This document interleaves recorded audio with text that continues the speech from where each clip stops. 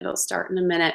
Oh, and the other thing I wanted to let you know too, and this is actually right now recording us, but it doesn't matter. We can like edit. You're I can editing. edit. I know. Yeah, I can. It'll be better. We might just end up with some sound bites. But when I speak, it's going to be camera on me, and when you speak, it's going to be camera on you, even though you can't see that right now. Okay. And so I'm going to try. I have a tendency to interrupt people when they're talking. It's like something I'm working on. So I am going to just be really quiet and like nod and stuff like, well, and I like to empathize with people. So I think that's part of it. I'm just going to be really quiet when you're talking so that the camera stays on you. Okay. All right. Got it. Okay. So I am talking today to Catherine Ecton.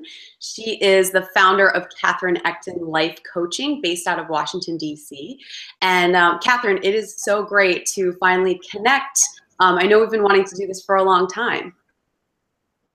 Thank you, Amanda. I'm so excited to have an opportunity to talk about career, my late in life career that I love, and I've been working ambitiously and industriously on for now, and continue to take courses and course and credit so I can be up to date with all the new coaching concepts and techniques and to work best with my clients. I love it. And I think you're such a great example of someone who's a student of life. And I know I've learned a lot just through our relationship over the years. So it's definitely a privilege to have you here today. Thank you. So the first thing that I wanted to talk to you about is one of the things that really stands out to me about you and your work as a life coach is that you connect so well to such a variety of people, and you have such like a really cool group of people in your sphere. I mean, I know one of your friends who's a retired psychologist is now traveling the globe. You have you travel with your family. What are the life experiences that you have had that allow you to connect so well with such a diverse group of people? Well, thank you for saying that. I love all different walks of life and different nationalities and different cultures. It's been that way, but I was very fortunate to whose job took him all around the world, and we moved 15 times overseas and with our young children with various hamsters, dogs, cats, goldfish. I had to learn giving up a community, as I said goodbye to one place, and establishing myself in a new community, job, finding new schools, and connecting with people who shared similar values and similar experiences, and who also wanted the challenges and adventures that I was seeking. Fantastic. Whether that made me better with people or not, it's just something I've always loved and appreciated.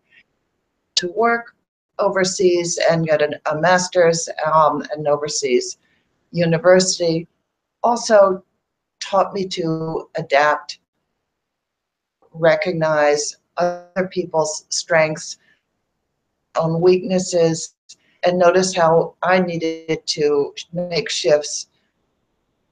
But I also always had to stay true to my values. That is so important. And yeah, I think that's the key of probably a lot of the things that you teach people how to do at Catherine Ecton Life Coaching. At the beginning of this, I didn't mention, but you do have your master's in education. You are certified through the Coaches Training Institute as a coach. And why don't you talk a little bit about the training that you've received that makes you sort of, very well qualified for this, on paper? When I first started the training, I knew what it was all about. In fact, I had never heard of life coaching. I didn't know what it was.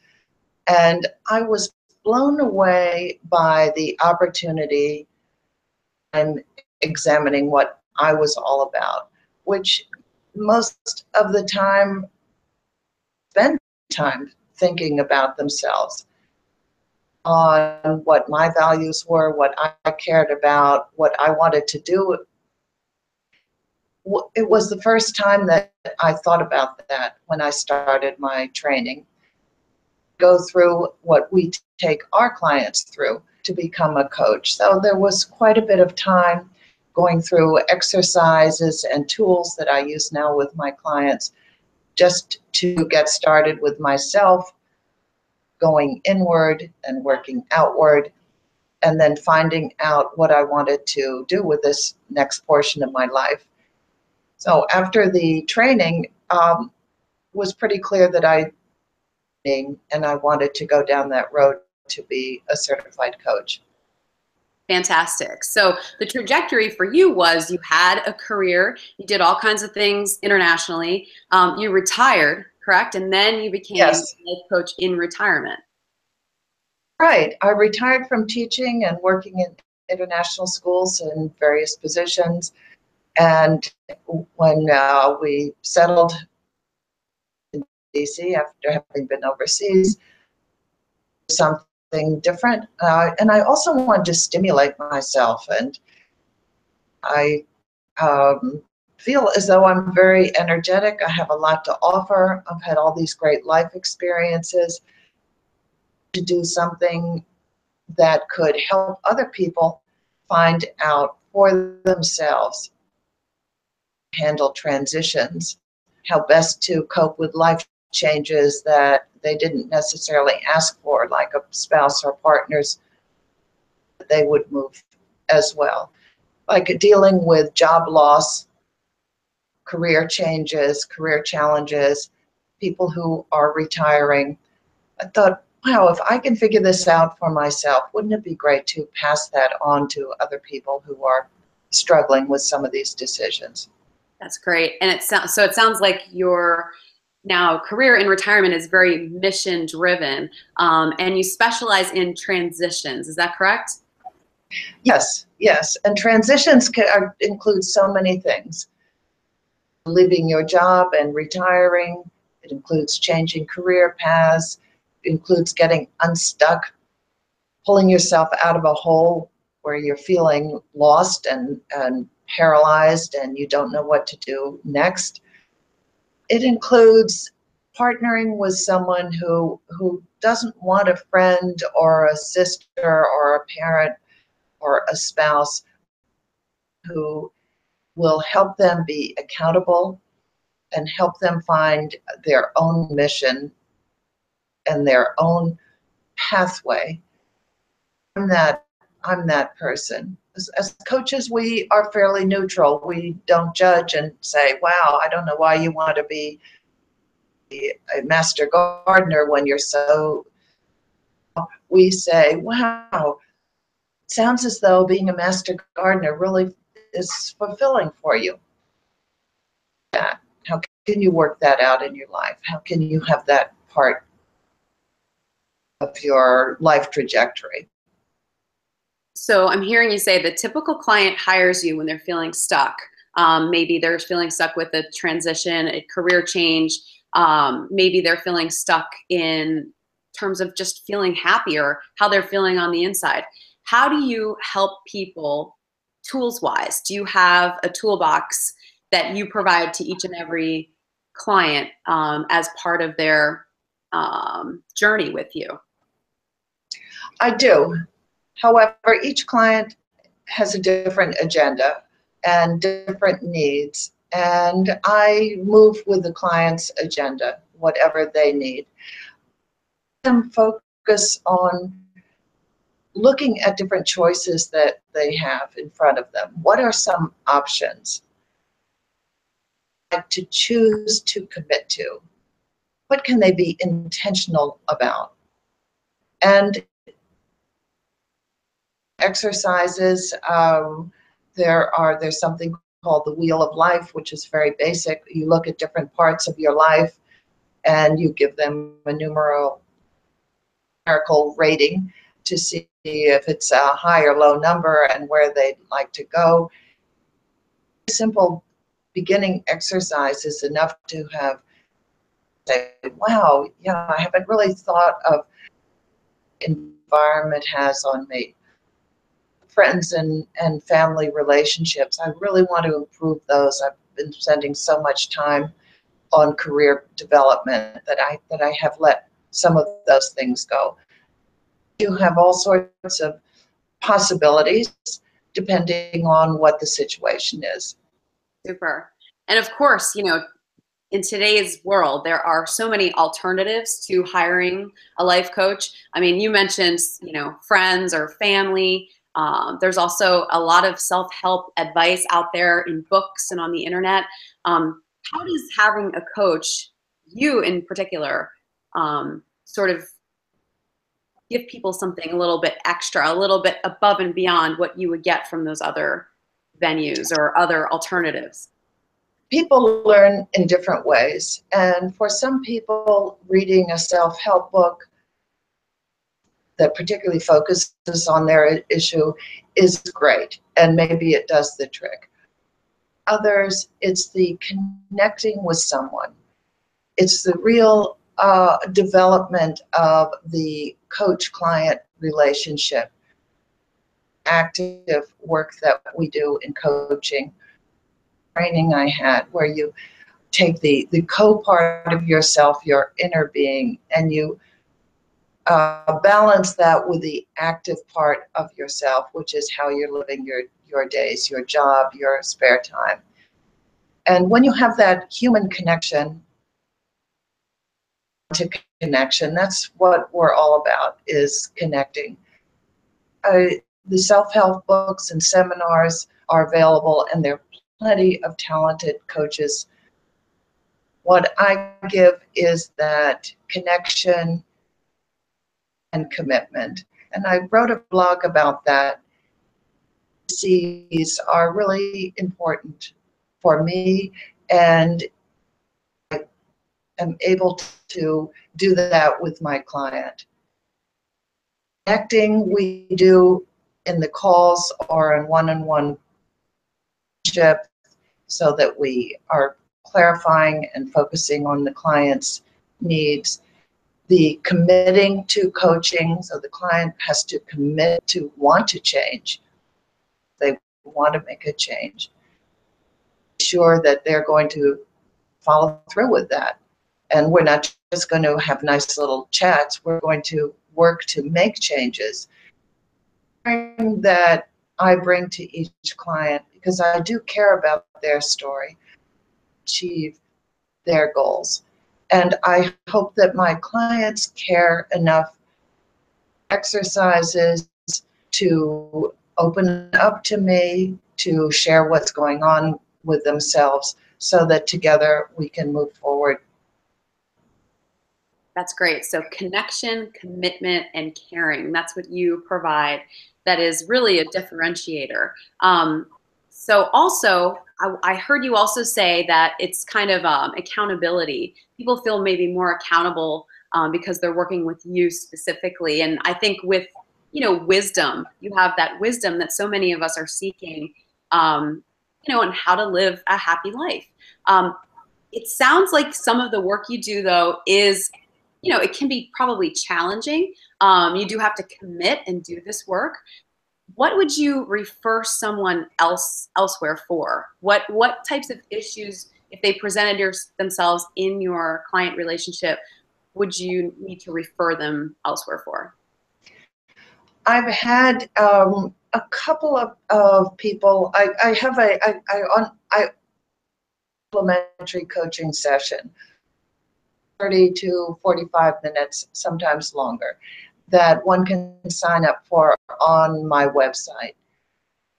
Questions ahead of time so that the is aware of the direction we'll go. They're open-ended questions, but it gives us a basis for the talk. I find that I sense the client is depressed, possibly clinically depressed. I'm not sure that coaching is the answer for what's going on with you right now. I would suggest you look at this therapist or maybe another coach. I don't think I can give you value. So a couple of times I've done that. Several mothers contact me of college students in Washington. If I can help their sons, in both cases it was young men who were struggling with work in college. And I've had to say no to that. I really need the contact to come from the possible client. I think we all know people who can benefit from coaching. Oh my gosh, I think my husband, my children, my friends, we all benefit from coaching. I have a coach. Coaches help you get through life. They give you some support. Live without it? Sure. But does it make life possibly more meaning and fulfilling? Connect to your values? Yes. And if I don't feel I've got that possibility with a client, I'll say I don't think you. Perfect. That makes a lot of sense. The commitment has to actually come from the person who wants the coaching. So that makes so much sense. And then, of course, there are clinical issues that you would refer someone elsewhere for because they might need the help of a clinical psychologist or someone along those lines. That is great. So I guess the last couple questions I wanted to ask, I have two more questions for you. Okay. The first one is, what is your typical day as a life coach like? What does that look like for you? You know, you wake up, you make your coffee, you get into calls, you know, you follow up on emails.